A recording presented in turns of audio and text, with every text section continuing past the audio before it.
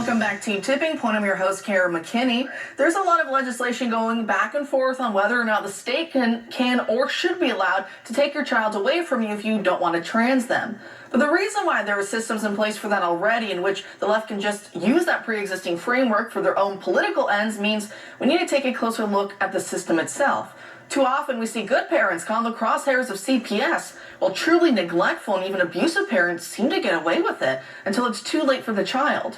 Our next guest tonight is calling on Georgia Governor Brian Kemp to look into how his state is a hotbed for such government corruption, particularly when it comes to separating families with no evidence of abuse or neglect. Here's a clip of his plea. This video is for Brian Kemp, the governor of Georgia, and it's not going to be like my usual videos with all the fancy edits and all of that. This is just me talking to you, Brian Kemp, man to man. Brian, you are a father. I know you have 3 daughters. I know they're all adults now, but I want you to think back to when they were babies. Now imagine if one of them was in pain and crying one night, and so you and your wife Marty took her to the hospital, and once they checked her out, she was seized on suspicion of abuse, even though you know that neither one of you had harmed a single hair on her head. And then the next day, police come to your house, arrest you for felony child abuse, and take your other 2 baby girls. Now, they release you on bail, but as a condition of your bond, you're not allowed to live with or even speak with your wife, Marty. Now, you know you didn't abuse your daughter, so you try to get her medical records from the hospital, but for some reason, you have to fight for months to get them from the state. And when you finally get them, you find out why. Those tests and exams that they did say that she has a chronic health condition which explains all of her injuries, and that's when you realize that the Department of Family and Children's Services is trying to hide it. We'll talk in just one moment as to why those agencies would try to hide something like medical records in order to railroad a parent. But first, I want to read this excerpt from his petitions page. It reads, quote, "At 30%, Georgia has one of the nation's lowest reunification rates for children in foster care. These parents fight in vain to get their children back. DFCS petitions a juvenile court judge to terminate the parental rights of factually innocent parents and ask for their medically fragile children to be placed into the state's foster care system or adopted. And 70% of the time, that's precisely what a juvenile court judge does. For example, the rate is 11% in Camden County. This means the appointed juvenile court judge, who has been on the bench for decades, sides with DFCS almost 90% of the time. The fundamental principle of our criminal legal system is that every person accused of a crime is presumed innocent unless and until their guilt is established beyond a reasonable doubt. However, DFCS operates under the belief that parents are guilty until proven innocent, and these families have suffered unnecessarily at the hands of a broken system," end quote. Joining us now to discuss this, Spike Cohen, the founder and president of You Are the Power. Spike, thanks for being here tonight. It's always great to be on. Thank you, Kara.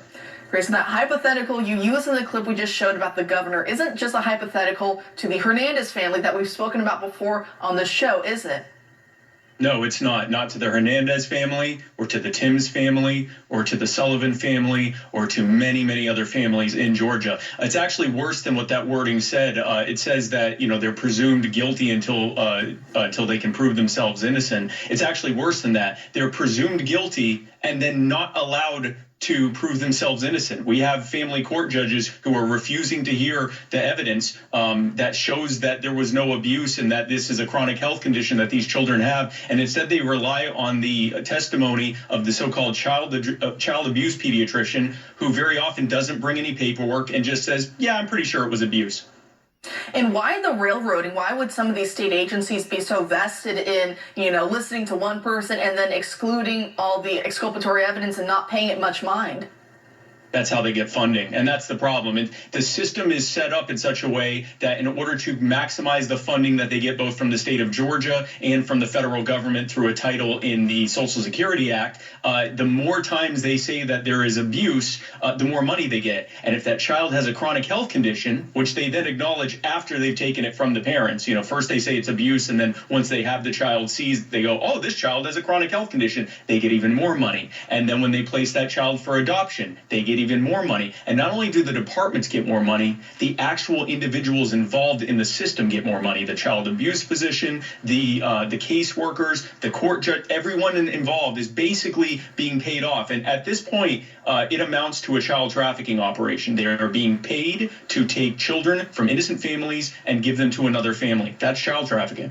It is, and do you think it's also a mark against just having a Byzantine, gigantic bureaucratic system where no one really, the buck really doesn't stop anywhere, right? Because, we've all had our experiences, right, with these gigantic, whether they're government entities or they're private entities, they're just gigantic. And you try calling a million people, and to everyone, they go, oh, well, your paper came across my desk, I checked out the details, it looked fine. From my little point of view, I rubber stamped it, sent to the next guy. So you call the next guy, it's the same story, on and on and on, and no one really takes accountability to look at the case in full, right? They get their little portion of it. They do whatever their little job is. They clock in at 9, they leave by 5. I've had to deal with some of those, government officials myself, and sometimes they aren't too happy. They don't want to do more than they have to do. So they go, well, when it came across my desk, I did my little signature, my little rubber stamping, and I just moved it along. So it's really hard to find that accountability because sometimes it's not just one person that you can talk to and try and deal with. Sometimes it's just a mess of people, and everyone has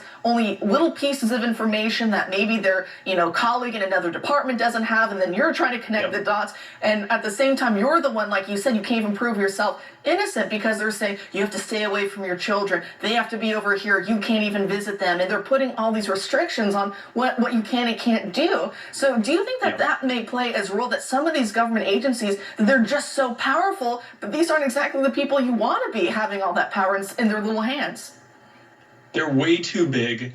They have way too much authority. And again, they're being incentivized to do the wrong thing. So when there is a caseworker who looks at a case and says, this is an abuse, this is a problem, I'm going to say that this is an abuse, they often get fired. We have had resigned and fired defects workers who have reached out to us with emails and evidence saying that we were told, if you don't maximize the number of children that are being put through this system, that's your problem and you're going to be up for review for it, or you may even be fired for it. When foster families come forward and say these children that are in our care are crying out for their parents, and I think one of them might actually have a health problem, I don't think they were abused. They get notices saying that their services will no longer be needed. So at a time when these child protective services across the country are complaining that they can't get enough good caseworkers and they can't get enough good foster homes, there's a reason for that. They're actually pushing away the bad ones and favoring the ones who are willing to just be the one who checks off when it's their turn so that everyone gets their money. It is from the top down and the bottom up. It is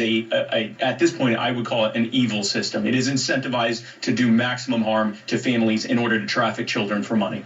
It is, and again, that's just another strike against having a government that gets so big and so powerful. Because we've seen a similar dynamic play out. As pro law enforcement as I am willing to admit that there is an issue where sometimes you have prosecutors, sometimes you have law enforcement officers who really think that the suspect that they have in their clutches is the guy. And then they, in their minds, even if they're not sometimes fully intentionally, but not always, sometimes they just see the evidence, and even if it doesn't match the guy that they think it is, they'll make it in their mind, they'll stretch everything to make it seem like it's that guy, and then railroad that guy in court, and then maybe years later it's proved by DNA that it was actually never that guy. He was innocent the entire time. So there could also be a similar thing here with some of these bureaucrats who, a lot of power in their heads, and they do see some bad parents, and so they maybe just have that preset of all these parents are bad, and so anything that you office, see another one of these.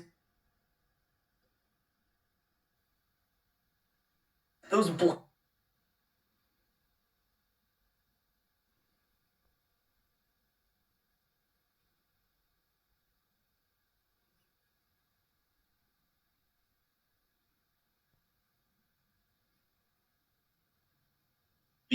awaiting an adoptive family, we don't know where they are. They don't know where they are. Some of them probably graduated out and are no longer minors, but they still should know where they were because they were once teenagers or adolescents who were living in what could have been potentially loving families that they were taken from. What we've also seen is that the more abusive a system is, the less likely it is to actually go after actual abusers, because that's kind of hard.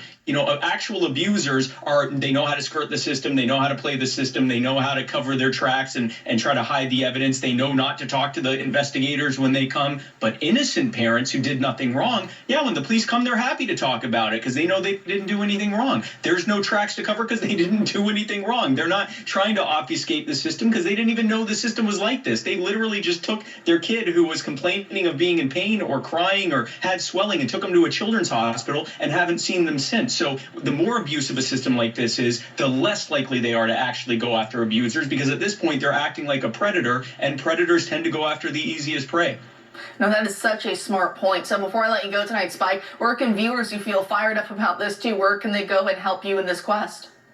So two things you can do. If you go to youarethepower.net, right there, /GA for Georgia. All of the information is there. We have the governor's email address. We have a wording template that you can use when you email him and call for him to meet with us, because that's what we're pushing for the governor to meet with us and these families to talk about the nightmare they're being put through, the problems that are causing it, and how this can be fixed, not just in Georgia, but create a template for reform that can be used in the other 49 states as well. So if you want to help us, go to youarethepower.net /Georgia, and you can also go on Brian Kemp's social media, on every single one of his posts, and join me in calling for him to meet with us and end this nightmare for these families for good.